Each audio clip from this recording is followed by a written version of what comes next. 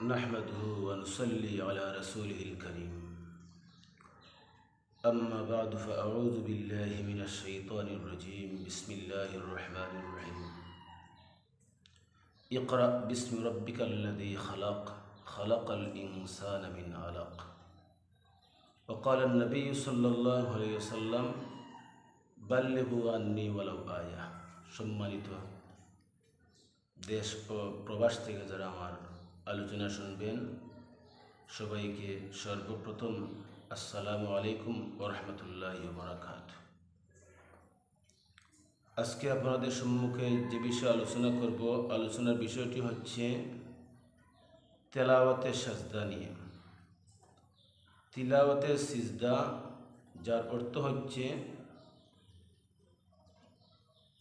কুরআন মাজিদের কত জায়গা আছে যেগুলো তিলাওয়াত করলে সাথে সাথে আল্লাহ তাআলাকে সিজদা করতে হয়। সিজদা শব্দের শাব্দিক অর্থ হচ্ছে বিনয়, নম্রতা, আনুগত্য করা, বশ্যতা স্বীকার করা।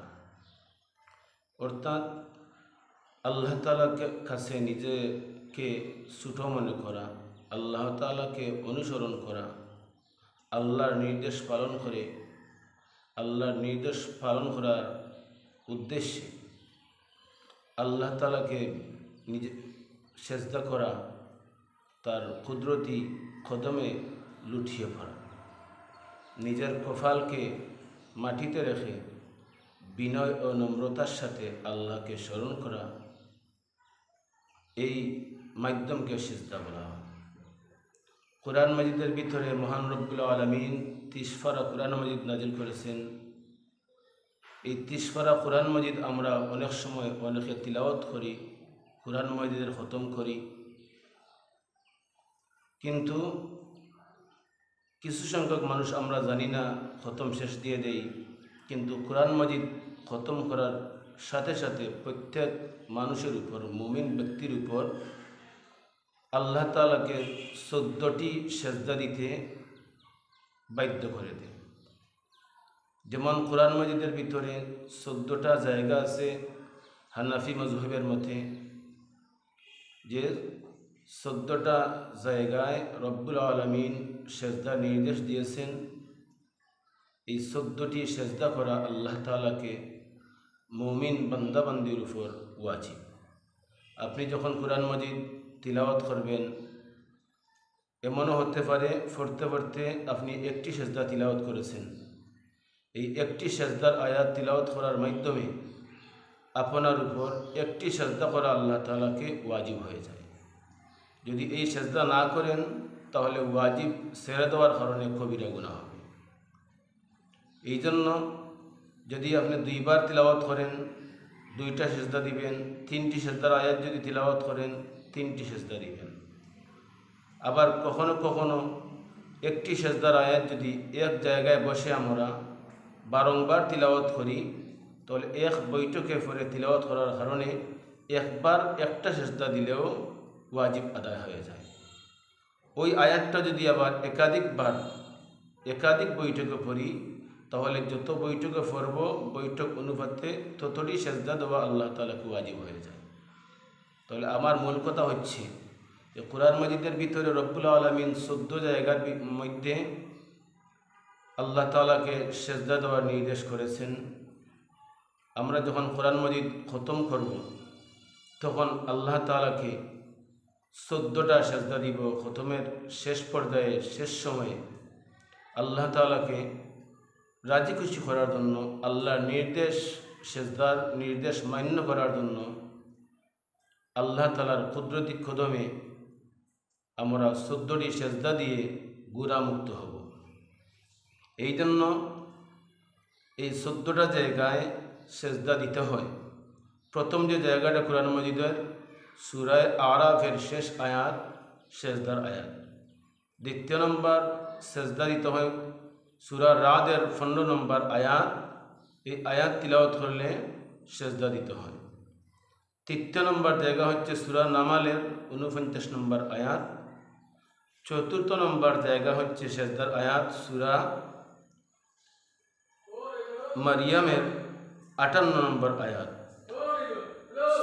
পঞ্চম নম্বর জায়গা হচ্ছে সূরা ইসরা 107 নম্বর আয়াত এবং সূরা আল হজ্জের 18 নম্বর আয়াত, সূরা ফুরকানের 60 নম্বর আয়াত, সূরা নামলের 26 নম্বর আয়াত, সূরা আস-সিজদার 15 নম্বর আয়াত, সূরা সাদের 24 নম্বর আয়াত, সূরা হামিম সিজদার 38 নম্বর আয়াত এবং সূরা আন-নাজমের শেষ আয়াত 13 নম্বর, সূরা ইনশিকাকের 21 নম্বর আয়াত, 14 নম্বর সূরা আলাক, 30 নম্বর ফারার ইকরা বিস্মি। এই সূরা আলাকের শেষ আয়াত, এই 14টি সূরার ভিতরে আল্লাহ তাআলা 14 জায়গায় আল্লাহকে সেজদা করার জন্য নির্দেশ দিয়েছেন। যারা সেজদার আয়াত তিলাওয়াত করবেন অবশ্যই সেজদা দিবেন, সেজদা দেওয়া ওয়াজিব। এবং সেজদার আয়াত যদি কেউ শুনে থাকেন, যারা শুনবেন তাদের প্রত্যেকের উপরও সেজদা দেওয়া ওয়াজিব। যদি এই সেজদা দিতে আমরা কোনো রকমের অলসতা করি, গুরুত্ব না দেই, সেজদা আদায় না করি, তাহলে ফর্ণওয়ালা পাঠক এবং শ্রবণকারী যারা শুনবেন প্রত্যেকেই গুনাহগার হবেন। এই জন্য আবার বলছি, কোরআন মাজিদ খতমের শেষ সময়ে আমাদের জন্য করণীয় হচ্ছে যে আল্লাহ তাআলার কুদরতি কদমে 14টি সেজদা দিয়ে আল্লাহ তাআলাকে রাজি খুশি করা। সেজদা কিভাবে দিব? সেজদা বসা থেকে দেওয়া যায়। সেজদার জন্য হাত উঠাইতে হয় না, হাত পাততেও হয় না, বরং দাঁড়ানো অবস্থা থেকে সোজা আল্লাহু আকবার বলে সেজদায় যাওয়া। সেজদাতে গিয়ে সেজদার তসবিহ 3 বার সুবহান রাব্বিয়াল আলা বলে আবার সোজা আল্লাহু আকবার বলে দাঁড়িয়ে যাওয়া। সেজদা থেকে দাঁড়িয়ে যাওয়া, উঠা এবং দাঁড়ানো অবস্থা থেকে সেজদায় যাওয়া, এইটা মুস্তাহাব। কেউ যদি বসে বসেও সেজদা দিয়ে দেয়, সেজদা আদায় হয়ে যাবে। আবার সেজদা দিয়ে যদি কেউ না দাঁড়িয়ে বসে যায়, তারপরেও তার সেজদা আদায় হয়ে যাবে। কিন্তু দাঁড়ানো থেকে সেজদায় দেওয়া এবং সেজদা থেকে আবার আল্লাহু আকবার বলে দাঁড়ানো, এইটা উত্তম। আল্লাহ তাআলা আমাদের প্রত্যেককে বুঝার এবং আমল করার, কোরআন মাজিদের প্রতি শ্রদ্ধাবোধ রেখে চলার তৌফিক দান করুন। আমিন। আসসালামু আলাইকুম ওয়া রাহমাতুল্লাহ।